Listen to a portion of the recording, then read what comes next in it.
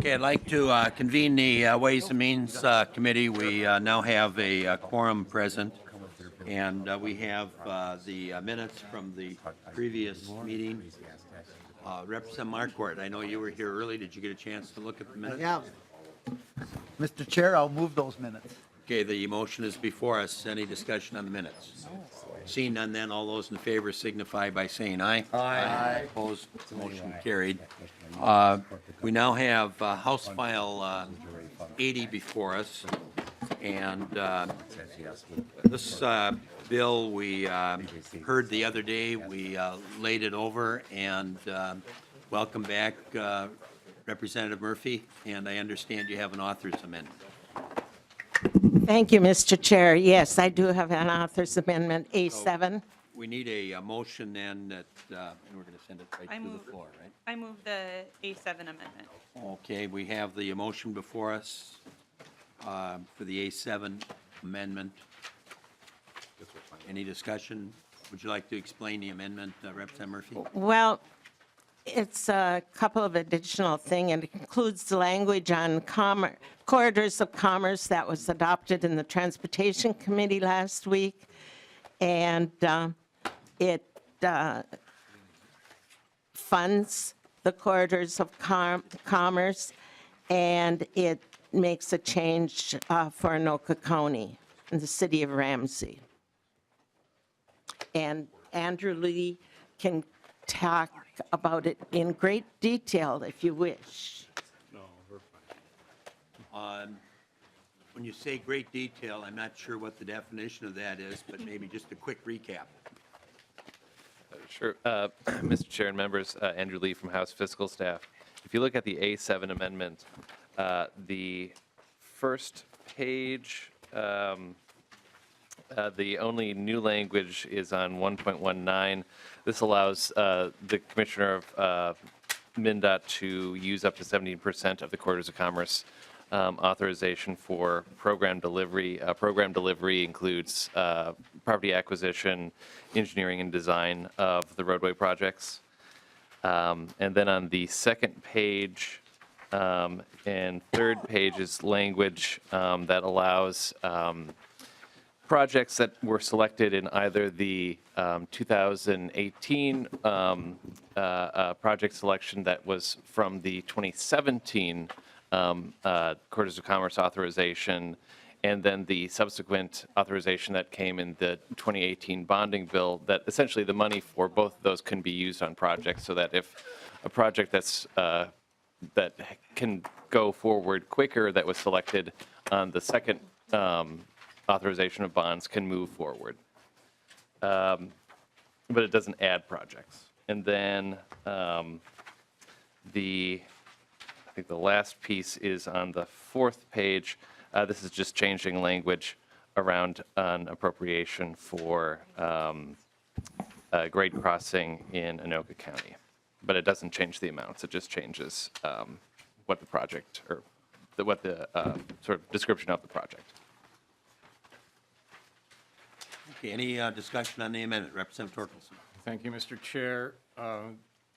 There's been a few different versions of this corridors of commerce language that have been around. I just want to make sure we have the most up-to-date version that was generated, I believe, from the Department of Transportation. Does the author or Mr. Lee know that we have the right version here? Looking at Deb Dyson from House Research, I believe that's correct. Thank you. And Representative Ornstein. Thank you very much, Mr. Chair and Mr. Lee. I also want to make sure that the new language doesn't fundamentally alter or change the intent of what we passed in the Transportation Committee, which is to get this money out to the corridors program, earlier than what was, originally in the bill from last year. So, does this pretty much, in your view, reflect our legislative intent in transportation? Mr. Chair, Representative Hornstein, that's correct. This is similar language, if not identical. It's the same language that what was passed out of the Transportation Committee last week. Okay. Thank you, Mr. Chair and Mr. Lee. Okay, any further discussion? Now, just as a quick reminder, members, we did hear the bill the other day. It was amended. It was laid over. The bill is now before us again with a new amendment then proposed that we were just discussing, and that amendment has been moved by Representative Olson. So any further discussion on that amendment? Seeing none, then all those in favor signify by saying aye. Aye. Opposed, motion carried. The bill is now before us as amended. Any discussion? Representative Garofalo. Thank you, Mr. Chairman. And my understanding, my apologies for being late. I was down in Rules Committee. If there's anything you can do in your power as chair to not get the Rules Committee to meet when Ways and Means is meeting, I would certainly appreciate that. That's the third time it's happened so far. So anything you can do to, I think you do have rank on the majority leader, don't you? Seniority ranking, yes. Okay. And so, Mr. Chairman, is this motion to send it to the General Register? Yes, Okay. that will be the, or that is the motion that will be before us. Any further discussion? Yeah, Mr. Chairman, I just want to state from this member's perspective, my opposition to passing this bill today on a couple of reasons. The primary one is that last session, we passed a significant reform, and that was to repurpose existing funds for a higher priority use than they were being used. Everyone knows that when it comes to wastewater infrastructure, those are critical infrastructure for our state. But when it comes to competing with shiny new things that legislators and the public like, it sometimes falls by the wayside. And so by using those, giving those funds from previous funds that I believe were not appropriately used and in fact were wasteful, we gave it a leg up. We were in a position to incentivize and develop that infrastructure more. And now by pulling this into the GO arena, we're kind of going back to square one. And so I just want to state my opposition to that and would hope that this is something we address before this bill comes up for a vote on the House floor. Thank you, Mr. Chairman. Okay, and by the way, when we were dealing with a previous seniority question, it was number of terms. Irv Anderson and I were tied, but his were not consecutive, so technically I had seniority. But those of us that knew Irv Anderson, I did not challenge that question. So at any rate, Representative Olson, would you care to renew your motion? Yes, I renew my motion that, what was my motion? That House File 80 as amended be recommended to pass and be placed. What am I doing? Or that's right, we can't say pass, that's right. I got sued over that. Be placed on the general register. Mr. Chair, I renew my motion that House File 80 be placed on the general register. Now, that motion is before us. And Representative Davids, you have to remember, after 47 years, it's hard to change from placed or from passed to placed. So, but we do try to respect the agreement with the court case and, or the settlement, I guess. Did it ever go to court? No, I was gonna win, so you didn't, you didn't take any further, Mr. Chairman. Okay. But there was an agreement reached. Yeah, that's So, correct. so we do say placed. Okay, any further discussion? Seeing none, then all those in favor signify by saying aye. Aye. Opposed? No. Motion carried. We now have House File 141, Representative Poppe.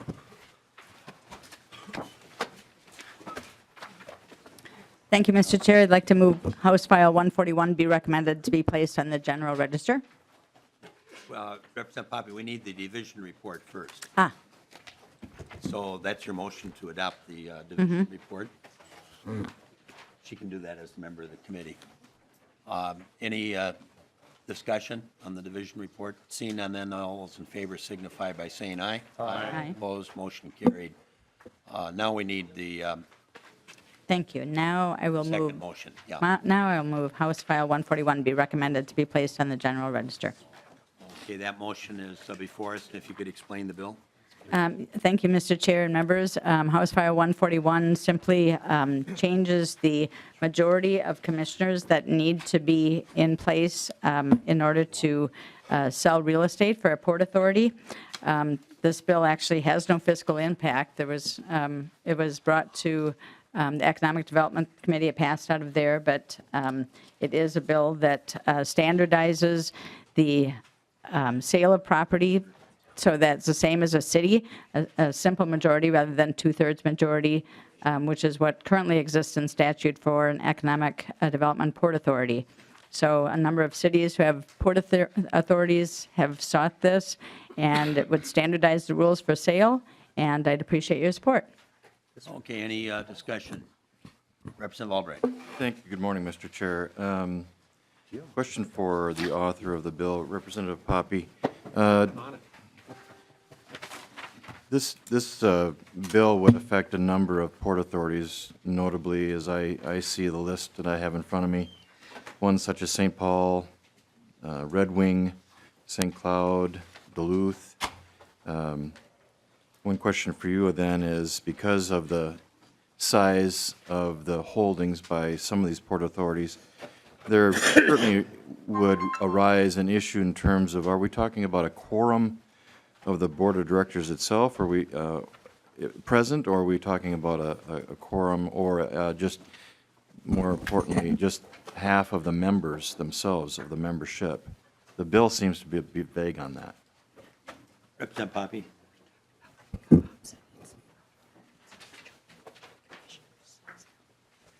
Thank you, Mr. Chair. It is a majority of the Port Authority members. Mr. Representative Chair. Albright. Thank you, Mr. Chair. Would and this may be a question for you or others, but was there consideration in any committee in terms of whether this change in the port authorities would have any effect on the DMC in Rochester? Thank you, Mr. Chair. Representative Albright. I know that that was a question, but it does not appear that it would be a consideration for the DMC in Rochester. Excuse me, I'm going to turn the chair over to Representative Marquardt. Representative Olson and I will be going down to rules for a few minutes.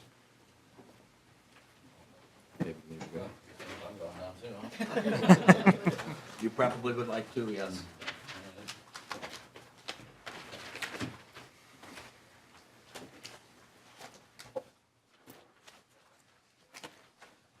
Representative Poppe, did you want to continue? Did you have more on thank- that court? Representative Albright? Thank you, Chair Marquardt. One of the observations that I've seen and looked at this bill as I read it, that did not have a stop in local government as a subcommittee, and I'm just wondering why. Thank you, Mr. Representative Chair. Representative Albright, the route it took was through economic development. It started in state government and went to economic development. And now it's here. Hold on just a sec. Looks like it started in government Or operations. government operations. Okay, My thank you. apologies, All right. Mr. Chair. Government operations. Mr. Chair. Representative Albright. Just in light of the vague, verbiage in this, and I think that with regard to the number of port authorities that are relevant to this type of legislation, I do think it would be very important that this legislation be referred back to local government, the subcommittee on local government. So I would make a motion to refer House File 141 back to the subcommittee on local government. Okay, Representative Albright moves to refer. Would that be correct, Representative Albright, to the Committee on Local Government? That is my motion, Mr. Chair. Hold it.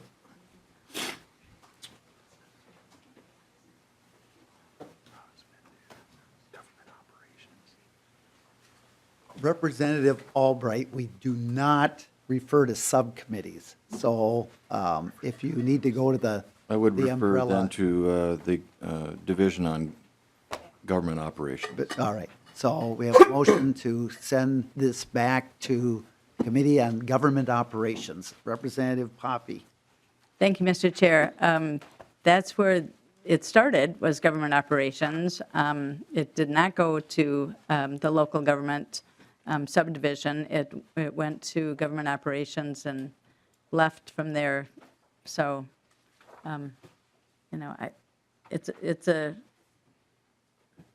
don't have any opinion. I think it's kind of seen the light of day in a couple of different committees, and it seems to have had the opportunity to be heard and have others have input on it. So I guess I would hope that we could just send it to the floor, but that's up to the committee. Representative Torkelson. Well, thank you, Mr. Chair. You know, it's obvious from the discussion that the intent here is to get it back to local government, to subcommittee, and I think that's absolutely appropriate. We have a number of port authorities around the state. They certainly are directly related to our local governments, and I would speak in favor of the Albright amendment. Any further discussion on the Albright motion? Mr. Chair. Mr. Chair. Representative Albright. Members, the subcommittee for local government was established for the purpose of looking at these bills. Now, whether the assertion to suggest that government operations as a division of Ways and Means took care of the due diligence on this bill is really not the point. The point is, if it doesn't go to local government, why do you even have a subcommittee on local government if it doesn't deal with these types of issues? People were requested and appointed to that board for the very reason that these types of bills needed to be vetted by them. I understand the author's, rationale of, well, it was seen by government operations, but not everyone on government operations also may serve on the subcommittee on local government. But that's the purpose of subcommittee, is to take a look at these in a fine, granular detail, and then make a recommendation up to government operations. So I think it's a straightforward amendment. It does nothing other than vet the bill in a more proper fashion, and it really, I think, justifies the existence of a subcommittee on local government. So with that, I would urge members to approve the motion. So some of the members who have come into the room from the vote on the Rules Committee, we have a motion to refer this bill to government operations with the intent then to go to the Division on Local Government. That is correct, Mr. Chair. So any further discussion on that motion?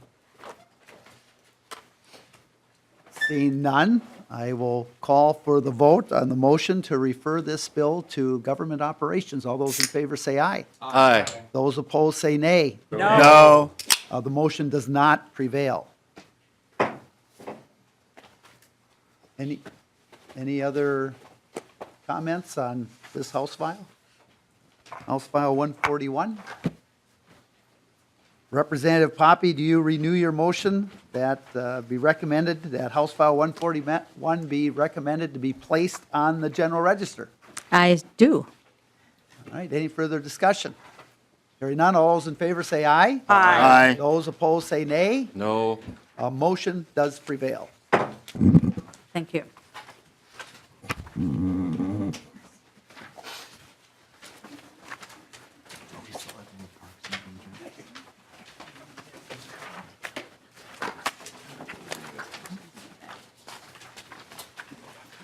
Okay, the Jim. next presentation is by It's like we're half. MMB dealing with the forecast, and we have, pardon? Okay. If the commissioner and others could come forward, Representative Torkelson. Well, thank you, Mr. Chair. And when I was reviewing my schedule for the week this morning, I realized that this committee and the Transportation Committee are scheduled to meet at the same time tomorrow evening. The Transportation Committee meeting happens to be in Savage, and this committee meeting happens to be here at the Capitol.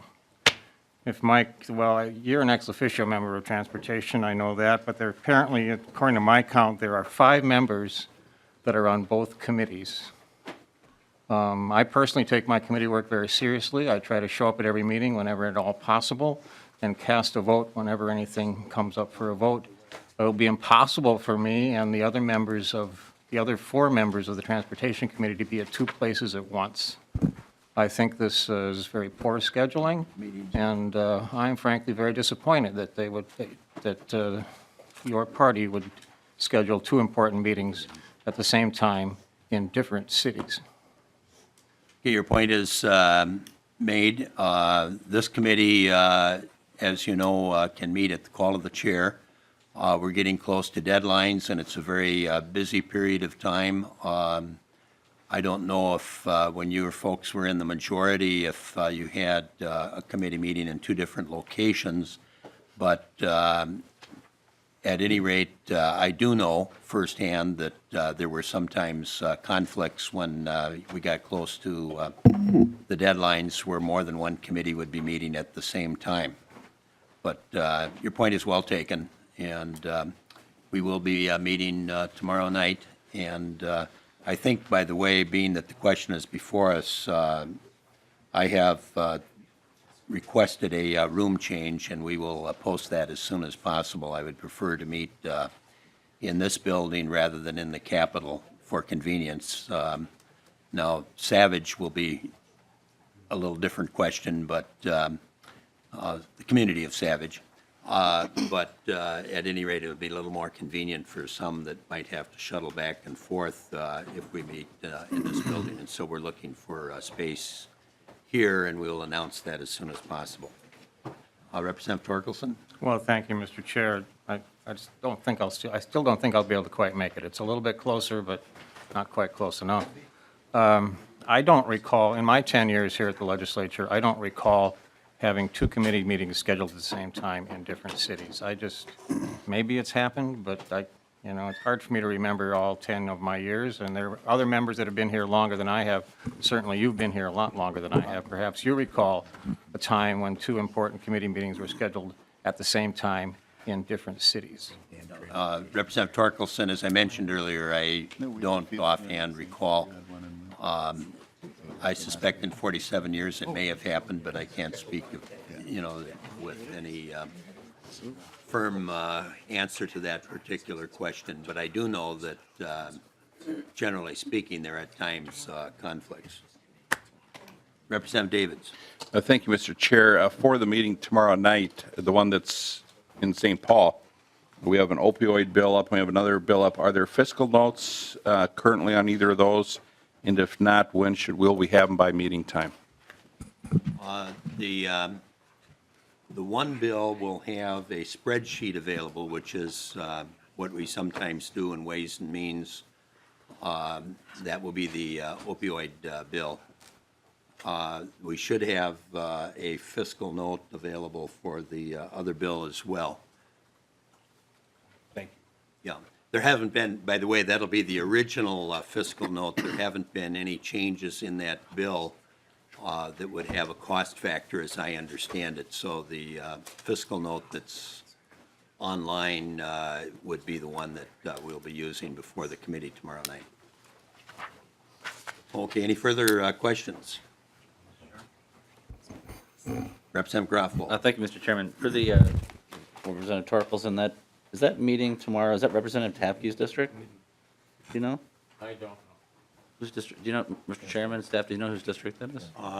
Maybe Representative Ornstein is the chair of the committee that's going to be meeting in Savage. Perhaps he knows the answer to the question. Mr. Chair, it's, I believe that Representative Cantrell represents Savage. Okay, that's good. Mr. Chairman, I don't, Representative Groffel. to staff who care, I guess there's worse things than a bunch of Republican legislators going into a first-term DFLer's district. In fact, little history is that two of our candidates that I recruited to run for the legislature were during DFL committee hearings that were taking place in those districts.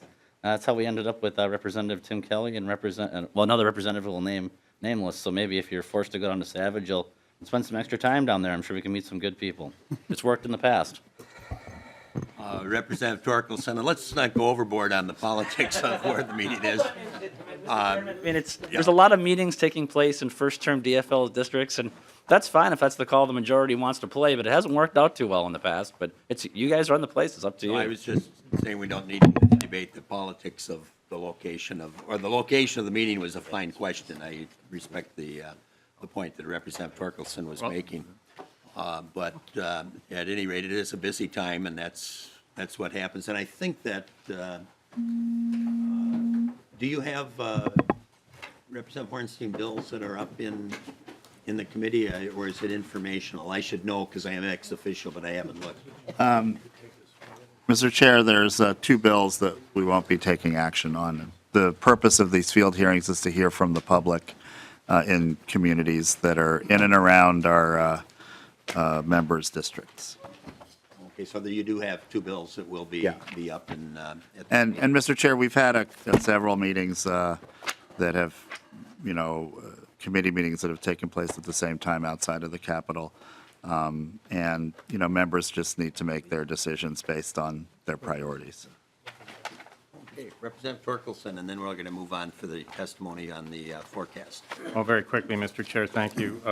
Just a couple of points. I want to thank Representative Garofalo for helping me try to decide which meeting might be more important to me. But second, we have a total of 5 off-site hearings in the Transportation Committee in these few weeks. It's been an extremely busy schedule, demanding. All of our committee members have had to travel to various cities and give up our Fridays. I think this will be the third one, if I remember correctly, coming up this Friday in Mankato. And you're right, this is a very busy time.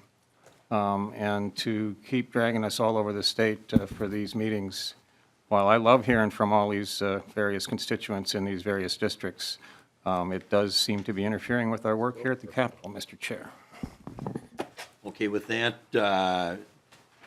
if you would care to begin, Commissioner? Thank you, Mr. Chair and members of the committee. My name is Myron Frans, Commissioner, Minnesota Management and Budget. I'm here with the State Economist, Dr. Laura Kalambokidis, and Budget Director Britta Reitan. I'll make a few opening remarks. We'll go through a slide deck for your review, and then we'll open it up for questions. But I'll just make a couple opening comments and then turn it over to Budget Director Reitan. As you know, last Thursday, we issued a new forecast with a balance of $1.052 billion for the 20 and 21 biennium. This budget balance is $492 million less than the November forecast, which, as you will all recall, was $1.544 billion. Now, our forecast has been lowered because we've reduced our revenue projections over the next 4 years. We made this reduction in revenue projections because we were forecasting a reduction in economic growth in the future, and we have seen a reduction in actual revenue receipts since November. As a result, our budget outlook has weakened since November. Today's forecast, with a balance in 20 and 21 of $1.05 billion, is, in addition to our revenue reduction projections, we are also projecting some reduction in spending that will offset some of this reduced revenue, but not all of it. So I'll turn it over now to Budget Director Reitan to go through the first slide. Welcome. Thank If you. could Good morning. Identify yourself for the record. I'm Britta Reitan, State Budget Director. And on this first slide that I'll walk through, this is the budgetary balance in the current biennium since the November forecast. As you can see in the lower right corner of the slide, the overall budgetary balance in fiscal years 18 and 19 has declined by $157 million since November. Revenue estimates have decreased by $198 million, and expenditure estimates have also declined by $41 million. There's no change in the budget reserve in this forecast. The budget reserve balance remains at $2.075 billion, and the cash flow account remains at $350 million, for a total of $2.425 billion in both the cash and budget reserves. There's also no change to the previous forecast in the stadium reserve, which remains projected at $50 million by the end of fiscal year 19. The changes in revenues and expenditures leave us with an estimated balance of $563 million, which is available to balance forward into the next biennium. The amount of the balance forward, as I mentioned earlier, has declined by $157 million compared to our November forecast. So turning to the next slide, this provides the updated budgetary picture for fiscal years 20 and 21. And this is where you can see the $1.052 billion that's now projected to be available for the upcoming biennium. Walking through the numbers, you can see that the beginning balance declines by the $157 million that I walked through on the previous slide. The revenues have decreased by $386 million compared to our previous forecast, and expenditures have declined by $51 million. And again, there's no change in the cash and budget reserves or the stadium reserves relative to our previous forecast. However, I want to note that the stadium reserve is still projected to grow by $48 million compared to the current biennium, reaching $98 million by the end of fiscal year '21. The changes in the beginning balance, revenue, and expenditures lead to an overall reduction since November of $492 million. We'll provide further detail on the drivers of the expenditure changes and the revenue changes a bit later, but for now I'll hand it over to Dr. Kalambokidis to walk through the economic outlook. Welcome. Thank you. Mr. Chair and members of the committee, for the record, I'm Laura Kalambokidis, the state economist. I'm going to start by talking a bit about the outlook for the U.S. economy, then I will, and how that outlook has changed since we last produced a forecast. Then I'll move to Minnesota's economy, and last I'll talk about changes to the revenue forecast. So the first chart shows annual real GDP growth. Both the history, so the dark bars show the history from the Great Recession until now, and the current forecast by Minnesota's macroeconomic consulting firm IHS. And then the gray bars show their November forecast, the one that informed our November outlook. So in this chart, if you focus first on years 2018 to 2020, you can see that the near-term outlook for U.S. economic growth, especially this year, 2019, has weakened since our forecast was last prepared in November. Lower estimates of growth at the end of 2018 led IHS to lower their expectations for this year's real GDP growth from 2.7% in November's outlook to 2.4% now. They also lowered their 2020 forecast from 2% to 2% from 2.1%. Their outlook for growth in 21 and 22 is slightly higher than in November.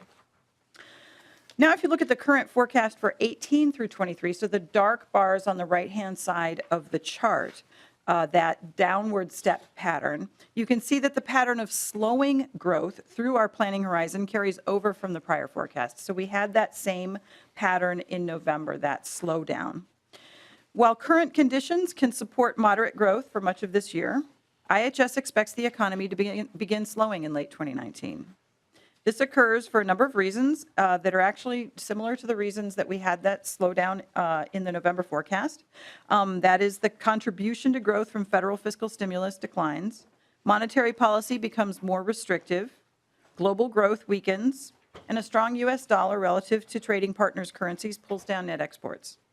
And in addition to that, and this was also in the November forecast, after mid-2020, IHS expects a demographically driven decline in the U.S. labor force participation rate, and that will slow the economy even more. So that demographic changes as the baby boom population aging out of the workforce.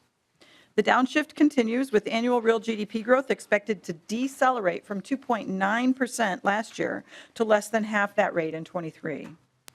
And then the history on the chart, so the dark bars to the left of the forecast, the years since the recession, illustrates one of the risks to the forecast. And I've shown you this chart before. That dotted line is at 3.1%. That's the average annual real GDP growth for the 20 years prior to the Great Recession. And that rate, of course, is much higher than what is in our current forecast. And when the economy grows more slowly, there's not much margin for error. It's harder to recover from a setback than when growth is higher. And the U.S. expansion is expected in a few months to break the record for the longest expansion set in the 90s. So as you can see in this graph, all of the years of our forecast have positive real GDP growth. So the economy, the U.S. economy, continues to grow here. So they are indeed, IHS is indeed forecasting that the U.S. expansion will break that record this summer. And a mature low-growth expansion is particularly vulnerable when negative shocks occur. The next chart thank you, compares Minnesota's labor market performance to the nation's. So this chart shows the headline unemployment rates, that top line overall unemployment rate. The dark line is for Minnesota, and the light line is for the United States. And of course, the vertical gray bars show the U.S. recessions. So Minnesota's steady economic performance continues, even as the U.S. expansion, as I said, approaches record length. But the state's ability to add jobs appears to be reaching the limit set by slow labor force growth. And this is slow labor force growth that has been long forecast due to the aging of the population. Throughout the expansion, Minnesota has steadily added jobs, driving the state's unemployment rate well below the U.S. rate. Our unemployment rate currently stands at 8%. That's between the low points of the prior two expansions. So you can see that it is 0.2 or 0.3, 0.3 percentage point above the lowest point of that record expansion. It's more than 1 percentage point below the U.S. rate, half a point below last year, the 7th lowest among states, and the lowest we've seen in 18 years. The next chart illustrates another aspect of Minnesota's tight labor market. And this is another one that you've seen before, but I think it makes a nice illustration of our labor market in Minnesota. The gray bars show the number of unemployed people in the state. So the height of the gray bars is the number of unemployed people, so that the number that's related to the rate that you saw in the prior chart. And the dark bars, the height of the dark bars shows total job vacancies across the state. So in the height of those gray bars, you can see the peak of unemployment during the recession, and you can see how that steady job growth that we had during this recovery has gradually whittled that number down. And then the dark bars show that job vacancies statewide have grown to a very high level. The ratio of unemployed persons to job vacancies statewide has been less than 1 over the past year and is now down to about 0.7. And that ratio is less than 1, so illustrating a tight labor market and more job vacancies than unemployed job seekers. That ratio is less than 1 both in the metro area and in greater Minnesota right now. The large number of open positions across the state illustrates a strong demand for labor, and we expect that to persist. But as retiring baby boomers dampen growth in Minnesota's workforce, our ability to continue to add jobs is increasingly constrained, and employers and job seekers must become ever more creative to match people to jobs.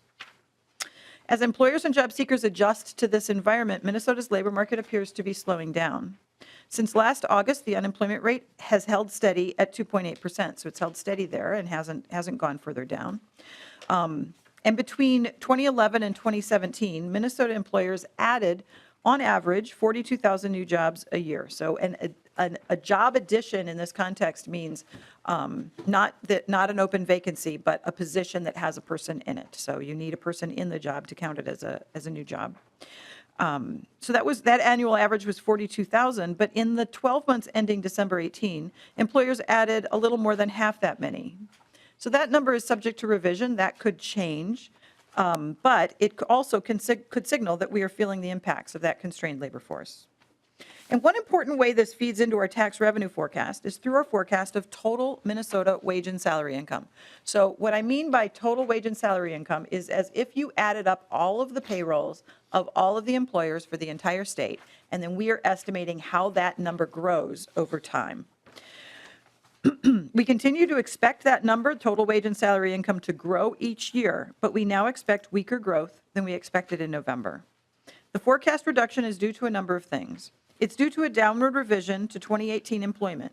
So employment numbers that we had in November, those numbers have been revised down relative to 2018. So those smaller job gains I mentioned.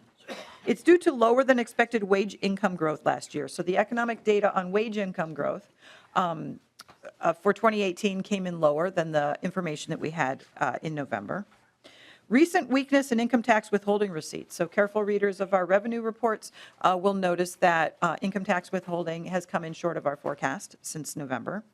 And a lower forecast for U.S. wage income for IHS. So IHS also lowered the forecast for that total wage and salary income number for the United States, and that feeds into our forecast as well. So all of that is happening, and then as a result of slowing employment growth that I talked about, more of Minnesota's growth in total wage income is expected to arise from higher earnings per worker and less from increases in the number of people working. So that total payroll number, that can grow if we add more people to the into employment, or it can grow if if wages per worker goes up, or if both of those go up. So what's happening in our forecast is that more of the growth in total wage and salary income comes from our expectation of higher wages, earnings per worker, rather than increases in the number of people working. So moving to the revenue forecast. On this table, the first two columns show the current forecast and the forecast change for the current biennium, 18-19. And the right two columns show the current forecast and the forecast change for the next biennium. Total general fund revenues for the 18-19 biennium are now forecast to be $198 million less than the November forecast. Lower expected individual income and sales tax revenue more than offsets higher forecasts for corporate and other tax revenue. As you can see, the highest dollar amount change in the current biennium forecast is in the individual income tax, which is forecast to generate $403 million less in the remainder of fiscal year 19 than we had estimated in November. So far in this fiscal year, again, for careful readers of our revenue reports, net income tax receipts are below our prior forecast.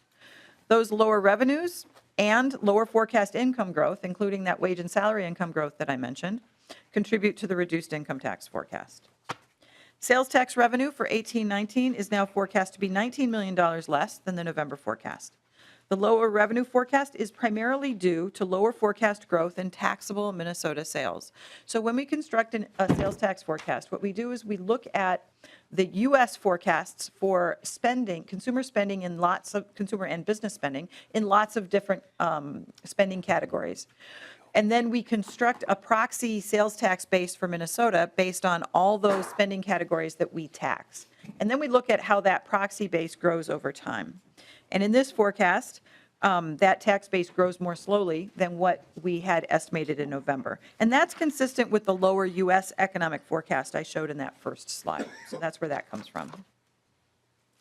The corporate revenue forecast is up $130 million, primarily due to higher than expected receipts so far this fiscal year. The Federal Tax Cuts and Jobs Act of 2017 made some big changes to corporate tax law, and businesses had to decide how to respond to that law. For example, some of the higher than expected corporate tax collections we've seen so far this fiscal year may have been due to corporations shifting the timing of their income to take advantage of the lower federal corporate tax rate in 2018, and not due to higher corporate tax liability. We had to make estimates of how much of this revenue is due to income shifting and how much is actually a higher base of liability from which to start our forecast. So those estimates introduced risk to our revenue forecast. The forecast change for the next biennium, so the right-hand two columns, shows a similar pattern to the current biennium. Lower forecast individual income and sales tax revenues more than offset higher forecasts for corporate and other taxes. And that lowers the revenue forecast for 20 and 21 by $386 million. And the dynamics of the forecast are similar in this biennium. Lower starting points for the income and sales taxes, so lowering the current biennium lowers the starting point for the next biennium. And those lower starting points combined with lower growth in taxable income on the income tax side and lower taxable sales growth on the sales tax side to reduce the 2021 income tax sales tax forecasts. And a higher starting point for the corporate tax forecast raises our expectations for 20 and 21 corporate tax receipts. So if you'll recall that step down in economic growth that we showed in the U.S. economic forecast, we also have a deceleration in total revenues over the three biennia included in this forecast. Revenues are still growing across the years of the forecast, but the pace of growth is slowing.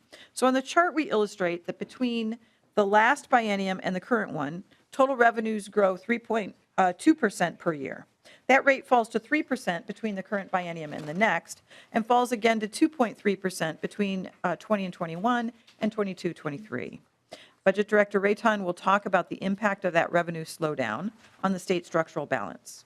And then let me conclude by drawing your attention to some of the risks to the forecast. The Federal Tax Cuts and Jobs Act of 17 made some big changes to federal tax law. Individuals and business owners had to decide how to respond to that law. But because we haven't seen tax returns from 18 yet, we're still dealing with uncertainty about how taxpayers actually did respond to those changes and how their choices will affect or are affecting estate tax revenues. The uncertainty about corporate tax receipts that I mentioned earlier is one example that introduces risk to the forecast. Minnesota's employment gains appear to be increasingly constrained by slow labor force growth. And that slowdown is baked into our current forecast. So that slowdown is in here. But if labor force growth grows even more slowly than we expect, our employment forecast is at risk. And our forecast of total wage and salary income, a key factor in the income tax forecast, remember I said that depends on continued demand for workers leading to higher earnings per worker. So that creates some risk.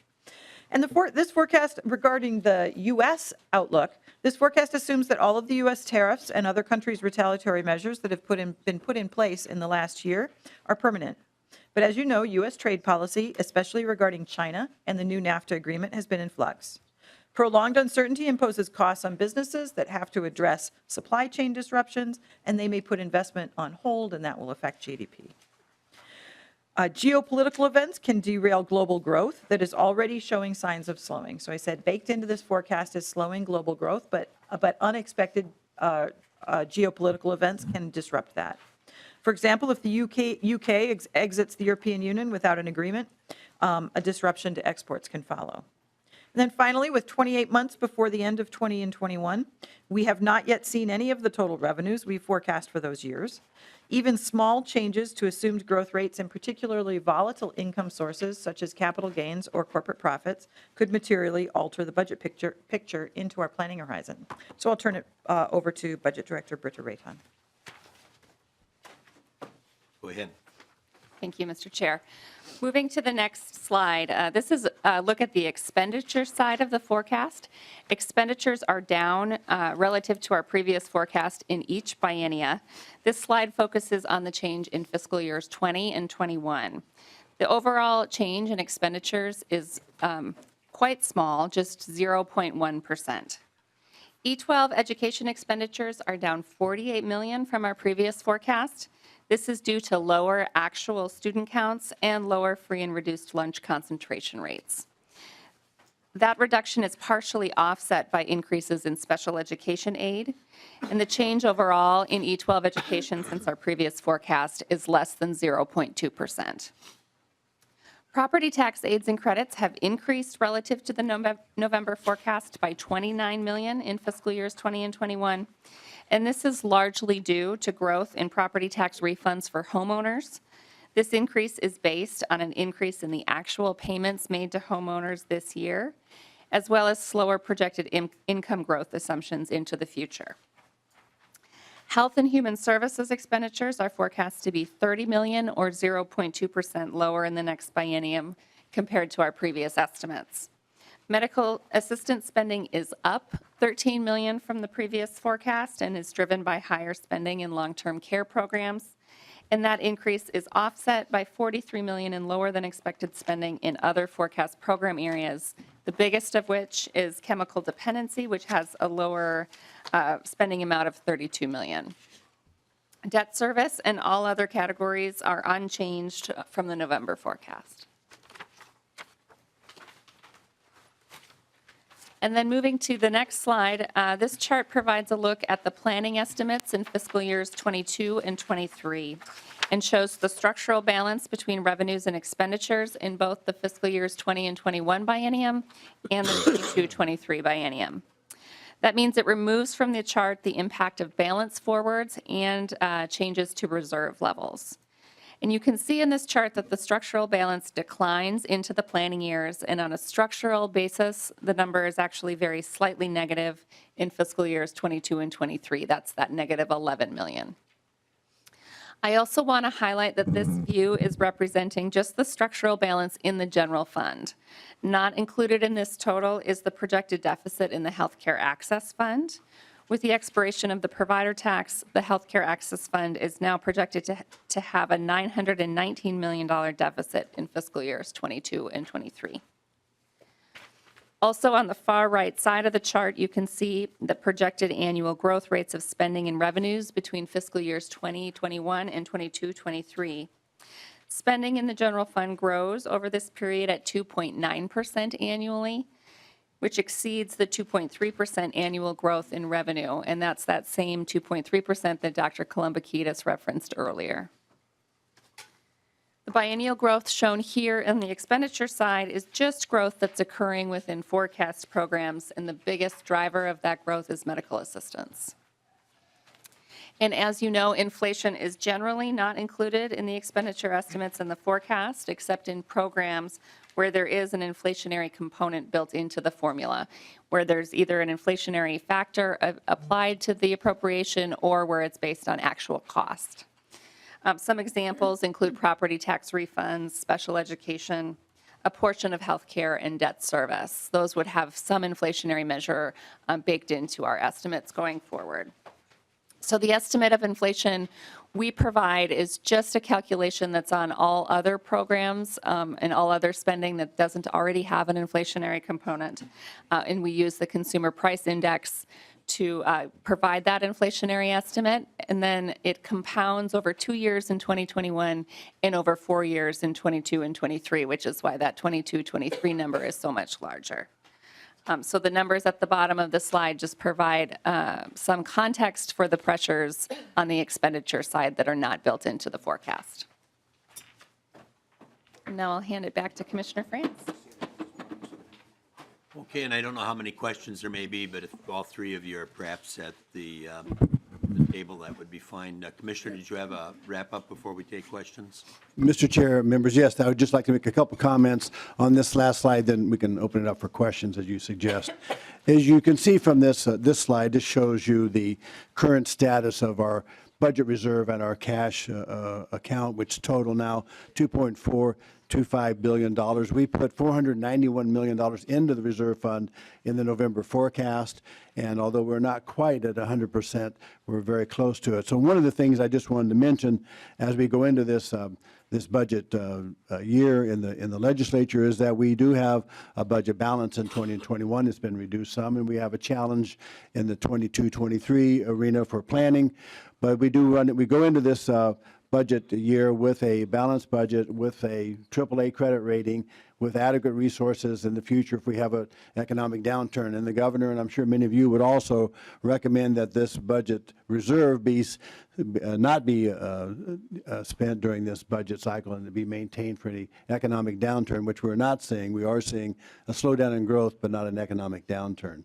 So with that, we'd be happy to take your questions, Mr. Chair. Thank you. We have a couple of people already. Now we're up to three. Representative Garofalo. Thank you, Mr. Chairman. If it's okay, I just have a couple of questions. Is that all right? Oh, that's fine. Thank you. That's why I called you on it. Thank you. First of all, I'm assuming, Doctor, that in the unemployment rate that we're seeing there, that's the U3 unemployment rate. Is that correct? Yep. Or no, it's you too. It's the whatever the most general one is. So I think that's you too. Mr. Chairman, and to the doctor, would it be possible to get that graph laid out with the U6 unemployment rate? Is that available to us with state national data? Mr. Chair, Representative, that is available, and that is available from DEED. So Department of Employment and Economic Development produces a report that keeps it up to date called Alternative Measures of Unemployment, I think, or Alternative Measures of Labor Underutilization, and that includes the U6 measure. Mr. Chairman, to the testifier, so it lays it out comparable, just the exact way that yours is laid out here, where it compares it to national data and tracking historically? Dr. Kalambokidis. Mr. Chair, Representative, no. What DEED's report does is it compares all the different measures of unemployment for Minnesota, so U3, U4, U5, U6. So and for people who are unfamiliar with those terms, the high U6 would be a level of unemployment that includes not just the people who are defined as unemployed in the overall measure, but people who are marginally attached to the workforce, meaning that they're not currently working, but they're also not looking for work. And so those people are added in, and then the U6 gets all the way to adding in people who are working part-time but would prefer full-time work. So those people working part-time for economic reasons. So the DEED report shows those measures for Minnesota. We can tell you what the numbers are for the United States versus Minnesota. Okay, Mr. Chairman, that would be helpful if you could just share with, or I don't know if you want to share it with the staff, and then they can distribute to the committee the U6 data historically, just basically the exact same data you laid out in your report, just with the U6 measurement, and share it with staff to distribute to the committee. That would be helpful. Thank you. My next question is with regards to the assumptions of the tariffs that are occurring. And I know this is in your report, but we should just restate for members of the committee. Those tariffs, number one, who pays those when the United States government levies tariffs on Chinese imports? Number one, who pays those tariffs? And number two, does that have a net positive or negative or net negative impact on the economy in the United States? Dr. Kalambokidis. Mr. Chair, Representative, members of the committee. So As a general rule, when the U.S. imposes tariffs on goods that are imported from other countries, it's the importer who remits the tariff to the United States government. And so that means that Chinese goods that are coming into the United States, whoever's importing them into the United States, they're paying that tariff. And that's who's writing the check or sending the money.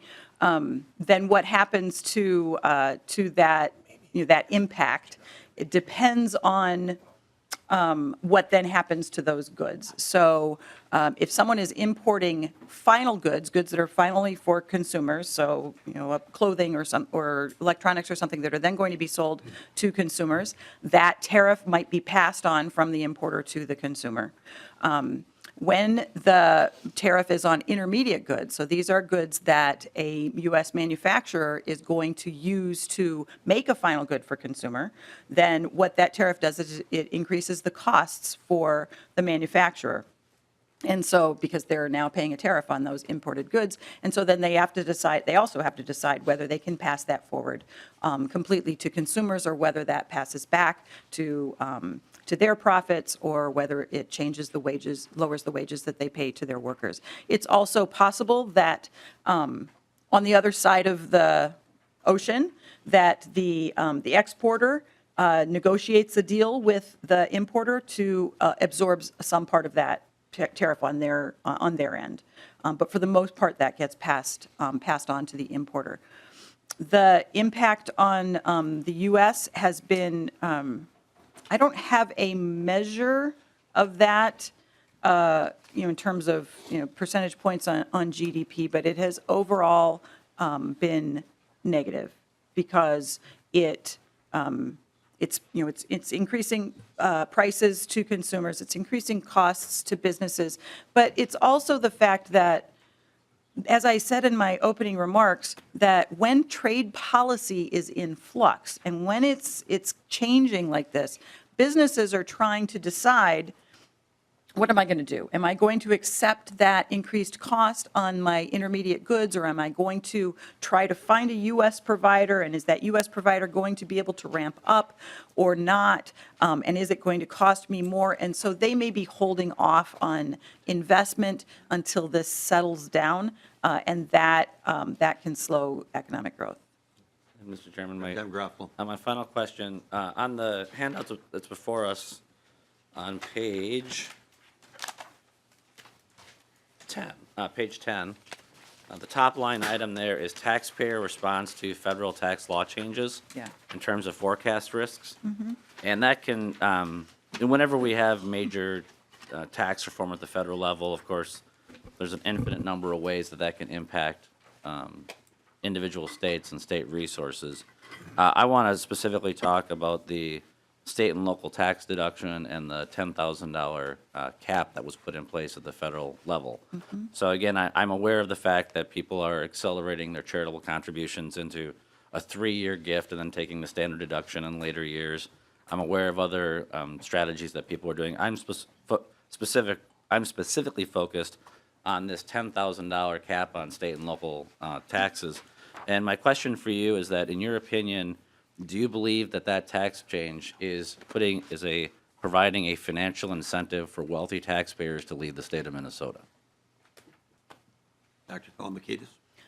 Mr. Chairman, representative members of the committee, what the cap on state and local tax deductions did was it made those taxes a little more expensive for people who no longer can take the deduction because they're not getting the benefit of that federal deduction on their state and local taxes. So if state and local taxes were figuring heavily in their decision-making to the point where a marginal change like that can tip the balance of a decision, then it may be changing decisions for people. But I have no direct evidence of an exodus as a result of this. That it would be early for that to be happening. But indeed, what it did was it made Minnesota taxes more expensive. And Mr. Chairman, and to the doctor, Ruffalo. you said the term, it made taxes, quote, "a little more expensive" for those ratepayers. My understanding is their income tax liability went up anywhere from, on that portion of their, losing that deductibility, their taxes went up anywhere from 25 to 35%. That every single dollar above $10,000, if they're in the 39.6 tax bracket, that is $1 in increased federal taxation. And that sounds like a lot more than a little more. And this is, these questions are kind of meant to be a little bit of a softball because you'll notice I'm not hammering on the Dayton tax increase of 2013, which is the basis for these SALT changes. You know, the governor of New York is in a similar situation to us, and he's making radically different comments about what effect this $10,000 cap is having on wealthy taxpayers fleeing his state. And he has radically different comments about how important it is for the federal government to review that legislation. And he is citing that the reason why New York is such a dramatic reduction in their income tax revenue is as a result of this federal tax change. So can you comment on that? Dr. Kalambokidis? Mr. Chair, Representative, just to be clear so that everybody's on the same page here is that we're talking about changes in your marginal tax rate, which means as you said, the tax on an additional dollar of revenue or additional revenue. So when you talk about changes in the marginal tax rate of 35%, I want to make sure people don't think that means on 25% increase on your overall taxes. Okay, because I'm not saying that you confused it, but other people, that does get confused often, that we mean on all of your taxes, but it's a progressive tax system. So indeed, I simply can reiterate what I said, which is that, yes, this made state and local taxes more expensive for people who lost that deduction and used to get it in the past. And that may be changing people's decisions on the margin. And Mr. Chairman, and to the doctor, and changing those decisions on the margin, would it be changing them in a positive way to encourage people to go to places like Minnesota and New York, or would it be changing them in a negative way to discourage them or encourage them to leave places like Minnesota and New York? Dr. Kalambokidis? So it makes the taxes more expensive. And so if taxes are a big part of your decision of where you're going to work and where you're going to live, then having that become become more expensive can tip the balance for you. The decision of where to live, we know from research that the decision of where to live, where to start a business, where to raise a family, encompasses lots of things besides the state tax rate or the impact of the federal taxes on you. So there are a lot of things that go into that decision. And Mr. Chairman, this is something that I originally highlighted. I highlighted for the committee back in 2018. This is a really big deal, and it was not done by accident by our friends in Washington, D.C. This change in tax law was meant to do one of two things. It was either A, to encourage places like Minnesota, Oregon, Illinois, and New York to change our tax laws from taxing savings and investment and moving to a more consumption-based tax, or if we didn't do that, it was to provide financial encouragement for wealth to flee these high-tax communities. And I got to tell you, it's working. It's working like a charm. And it's something that I think our state is going to be having to deal with in the years ahead. This is a very big issue. If you think about just the fact of a person who has $10 million of taxable income right now, they used to be able to write off about $1 million in state and local taxes. And that's not even factoring in property taxes. And now that's been cut to $10,000. That's $1 million of lost deductions at a 35, 39% rate. You're talking about hundreds of thousands of dollars, where in the past the federal government has essentially allowed a subsidy for those high rate payers, and they've taken it away. Now, whether this policy was a good idea or a bad idea, I understand reasonable people can disagree on these issues. A place like state of Washington doesn't have an income tax. Their taxpayers can't write off that tax burden. A place like Oregon to the south has a high income tax. Their residents are able to write it off. And I understand reasonable people disagree on it, but what my concern is that there seems to be a level of denial from the other side of the aisle this is actually taking place. Candidly, I don't care who you blame. What is happening is this is provided by the elimination of a federal subsidy for high income tax states, it is providing a financial incentive for high wealth individuals, high wealth businesses to leave our state. And we need to get in front of this and start doing something about it rather than reacting to it. So thank you, Mr. Chairman. Okay, we have to be out of here in 20 minutes, and we have now on the list 1, 2, 3, 4, 5, 6 people that have indicated they have a question. And if folks can, and I gave you quite a bit of latitude as the minority lead, but if people can be short and concise with their questions to respect the opportunity of others to ask. The next person on the list is Representative Liebling. Well, thank you, Mr. Chair, and I have a question, but before I do, I'd just like to kind of comment on what I just heard a little bit, and I think that it's interesting that Representative Garofalo is basically admitting that the Republican Congress either tried to coerce or to punish Minnesota with the tax bill. I mean, that's kind of the way you've stated it. I think that's probably true. But I also just want to say that New York is, I think, had or is having a big snowstorm. And we've sure had a little snow this year. So I don't know how you figure out when, especially as the population ages, of course, we have more people that move to warm places. And this winter, unfortunately, may tip a few who were maybe going to stick it out longer. So we'll see. I think it's kind of hard to sort those things out sometimes.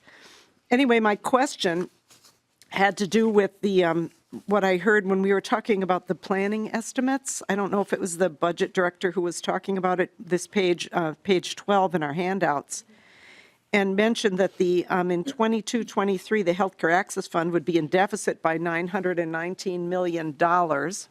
And I just wanted to ask, since there are expenses right now that are being paid out of the Healthcare Access Fund, ongoing expenses, does this budget reflect those expenses? You have projected spending here, $50 billion, but does that include the at least $800 million in Medicaid expenses that are right now being paid out of the Healthcare Access Fund and other things as well that are ongoing expenses that are paid out of that fund? When the fund goes away and goes into deficit, where in the forecast do we see those expenses? Commissioner Reitan. Mr. Chair and Representative, we are still reflecting the expenditure side of the Healthcare Access Fund obligations in the Healthcare Access Fund, and that's what drives the deficit. So they are not being reflected in the general fund expenditures. They're being reflected in the Healthcare Access Fund. Our definition of base in current law is that we assume that the base amount continues forward, that the 2021 amount continues forward into 22 and 23. And so we applied that definition when we constructed the Healthcare Access Fund statement, so those expenditures remain in the Healthcare Access Fund. But without additional revenues in that fund, we will need to confront what happens, especially to those medical assistance spending obligations, which is 7.7% of medical assistance is paid out of the Healthcare Access Fund currently.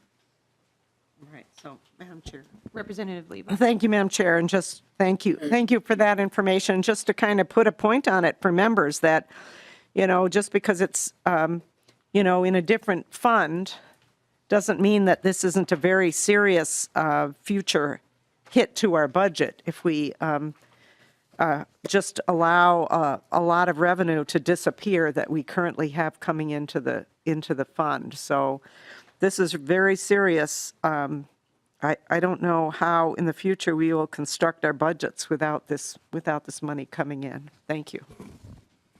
Thank you. Representative Drazkowski. Thank you, Madam Chair. Thank you, Representative Liebling, for that. And, the Healthcare Access Fund is paying a lot of different things. And as a matter of fact, in the past has become laundromat around this place where transparency has suffered. And so I would hope at some point we can bring that healthcare access fund into the general fund and put them together so that we are talking clearly about our planning and to Minnesotans generally. But my question is either for the Commissioner or Budget Director Reitan, and that is about the last slide in the presentation, and that is the $2.4 billion in budget reserve and cash flow monies. It appears, certainly with the slide, that we are, right now, we have accumulated more of the people's money in the state government's bank account than we have in the last 20 years. Has there ever been $2 billion or more in the budget reserve or cash flow account in the history of the state? Ms. Reitan. Madam Chair and Representative, no, there has not. The budget reserve prior to 2015, I believe, was capped at a much lower number, and there was a new policy put in place to make the reserve cap raise up to 5%. Is it 5%? Yeah. Or 4.9 now. 4.9% of total revenues into the general fund. And that's to protect against a economic downturn. Representative Drazkowski. Thank you, Madam Chair, and thank you, Budget Director Reitan. That's what I thought. Can you remind us where we are at and what trajectory we're on? Is it certainly we know the November forecast is when any projected surplus, 1/3 of it goes again into this state government bank account. This is the people's money being dumped into there. The question is, if we have a surplus next year, according to law, is there going to be even more money added on the nearly $2.5 billion of the people's money? Ms. Reitan. Madam Chair and Representative, we are not yet at the cap. The cap, I believe, is 2.2 in just the reserve currently. So 2.2 billion. So if we reached the cap, then it would no longer continue to be deposited into the reserve. Representative Drazkowski. Thank you, Madam Chair and Budget Director. So members, we have the largest budget reserve and cash flow collection of the people's money here in state government piled in the history of our state, and we have state law written now that if there is a projected overcollection of the people's money planned again, as we look at the November forecast next year, even more of the people's money is going to be forced into that pile for the state to hold on to. And I don't know I don't know if this is, certainly it's good policy for the health of government, but at what point do we start to think about the people and their money that is being put into this and held and taken from their paychecks and their businesses and their ability to pay their bills and grow their businesses when government is doing so very, very well? Our government is so fat, and it appears the government's going to get fatter unless we change directions. Thank you, Madam Chair. Mr. Chair. Okay, Representative Hertaus. Well, thank you, Chair Carlson, and my question also is about the budget reserve. Certainly, as we continue to grow the general fund budget, the requirement is that the budget reserve has to grow in proportion to that 5%. So this number potentially keeps growing as we are spending. But with respect to the size of the current budget reserve, and somewhat like the school trust fund, which is invested and returns on that investment are distributed to the schools, my question relates to, and I can't recall in my time here ever seeing any accounting of whether or not these funds are invested, even if on a short-term basis, and where is the revenue from that return on investment going to? Is it being deposited into the general fund? Is it showing up as other income, or should it not be deposited directly into this budget reserve account? Mr. Frans. Mr. Chair and representative members of the committee. So the reserve account operates on behalf of the people of Minnesota, just like you'd run any business or you run your own family finances, is to make sure when things go wrong that you can step in and provide those programs and those monies when people most need it. So the reason for the reserve is to protect those programs and people who depend on those programs when the revenues drop precipitously during an economic downturn. The analysis of deciding how much goes into the reserve fund has been based on a very sophisticated model. Actually, it's been touted as one of the smartest fiscal policies around the country for figuring out how much money should be in a reserve, because I agree there's a debate about what is that right amount. We've made that decision based upon a studied analysis. I think the reason that we've done so is to make sure that we can withstand a typical economic downturn that might arise. The money that's actually in the general fund and that's deposited, not just for the general fund, but all funds, is managed by the State Board of Investment. So what happens, for example, the pension accounts, the pension funds are all managed by the State Board of Investment, but also so are the available cash amounts that are in the general fund. Some of them are invested on short-term money because we need to have the availability of the funds, but that is all handled through the State Board of Investment. We can happy get that information for you about the returns that they receive, but that's all managed through one overall account system. Representative Hertaus. Thank you, Mr. Chair. Okay, well, you explained how it's invested. My question was, any returns on that money, where does it go? Mr. Chair, Representative, that money is all within the whatever fund it's in. So, for example, in the pension funds, if there's a return on those funds, it stays within those pension funds. For the general fund, the short-term return is retained in the general fund itself. And Mr. Chair? Representative Hertaus. One final question. So is there, in your judgment, any time in the near future with the size of this fund that we could suffice some of our own short-term borrowing and the state of Minnesota could pay itself back with interest rather than dumping interest into the private market? Commissioner Frans. Mr. Chair, Representative, I think the current thinking has been to use the private market whenever available, for especially when you have a large billions and billions of dollars of money. The idea is to use the private market to make those returns and to provide some return to the general fund or to the pension fund. So certainly there are other ways to do it, other models to do it, and I certainly think that'd be an appropriate discussion to have with the State Board of Investment if they wanted to change their investment model. Okay, Representative Mariani.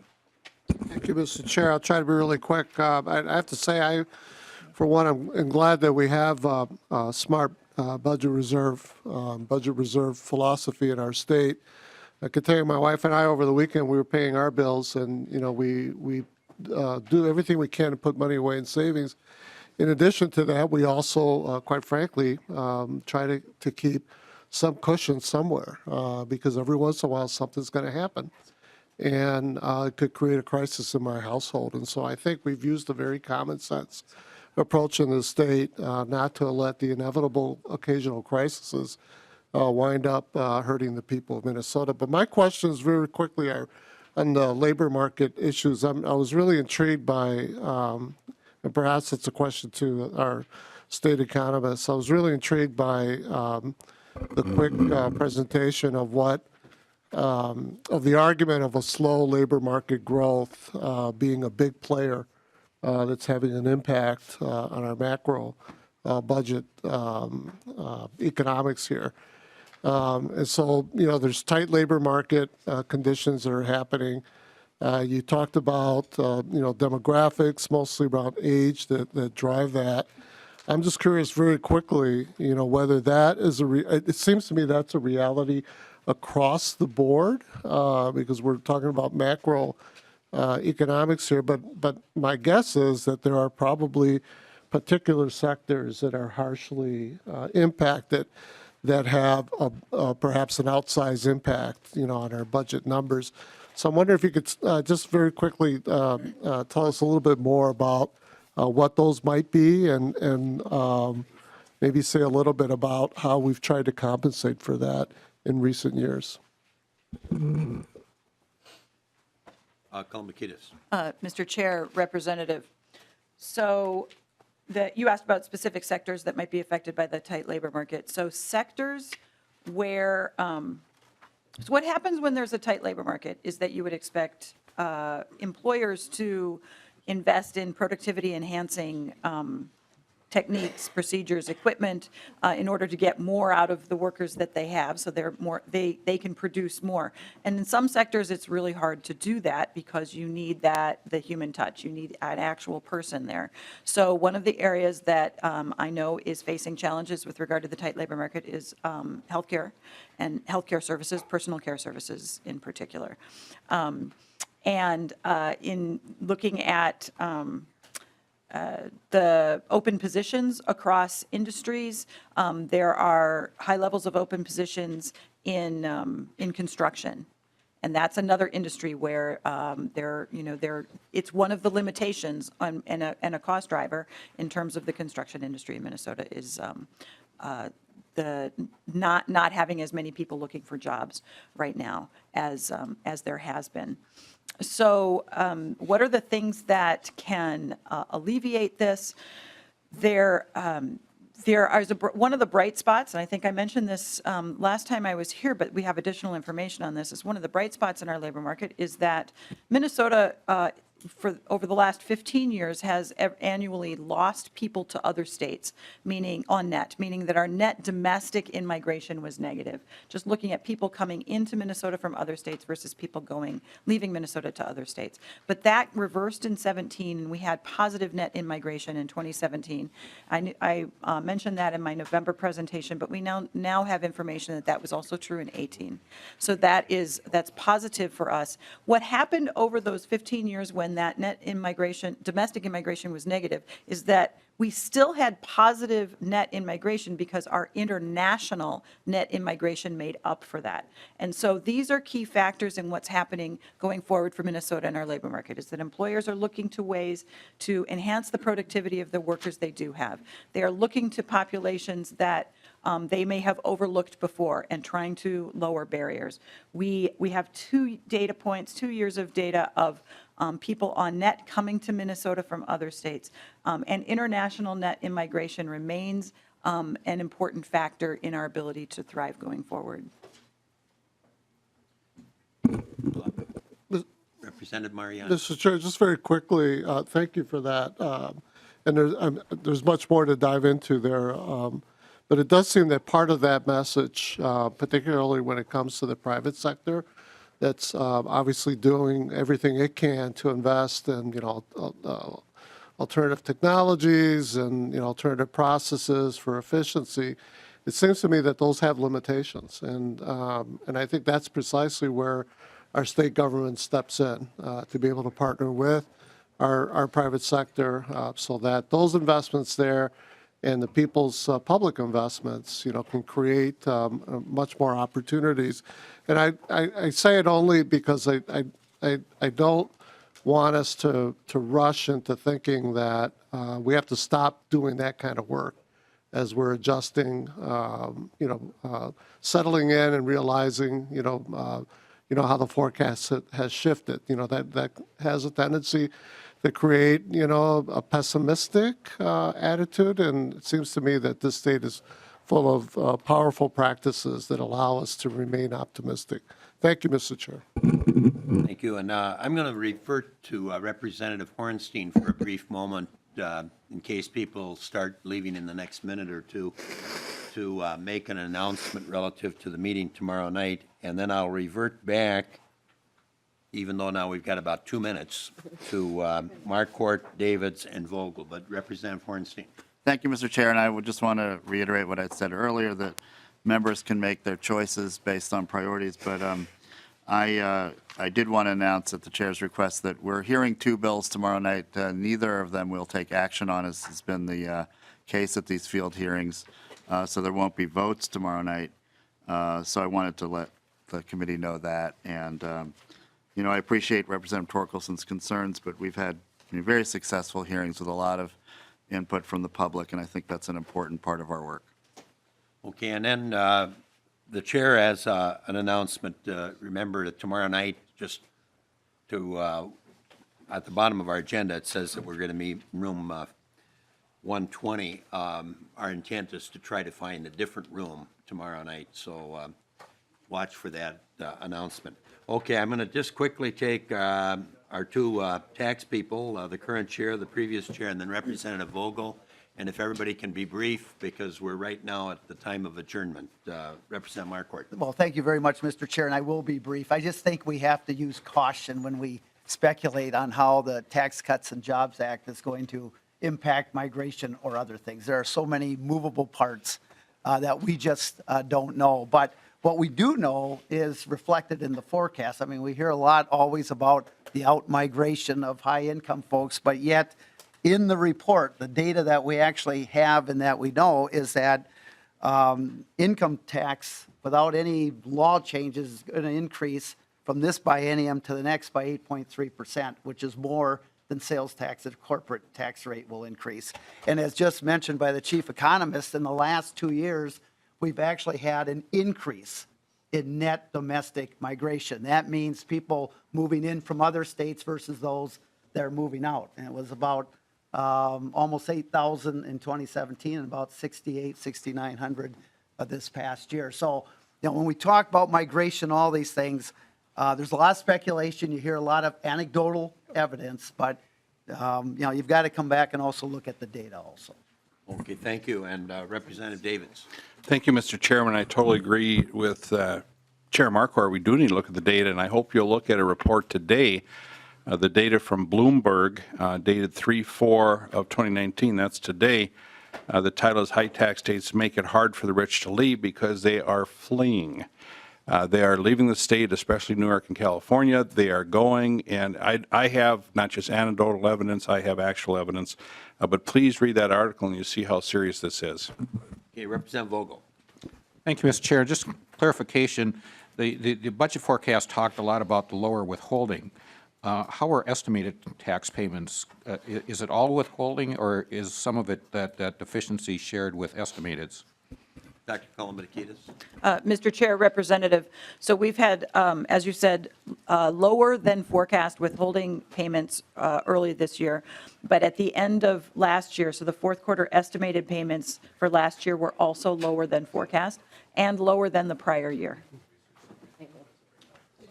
Thank you, Mr. Chair. So just wondering about the relative importance. In other words, the dollars. What are you forecasting there relative to withholding shortages and estimated shortages? Because I would assume that's the majority of the revenue that comes in on individual income tax. Dr. Kalambokidis. Mr. Chair, members of the committee, Representative, the negative variance, meaning the shortfall of revenues in withholding, is less than the shortfall in estimated payments. Estimated payments is a bigger part of the story.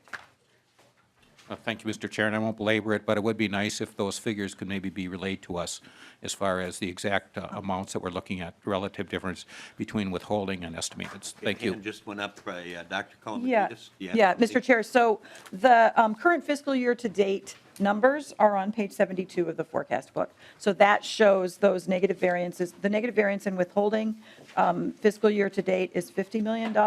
The negative variance in what we call declarations, and that's those estimated payments, is $318 million. Okay, I'd like to thank Commissioner Frans and Dr. Kalambokidis and Budget Director Reitan. I suspect at various times the three of you will be back, but in the meantime, we will be meeting tomorrow evening, and the meeting is adjourned. Thank you.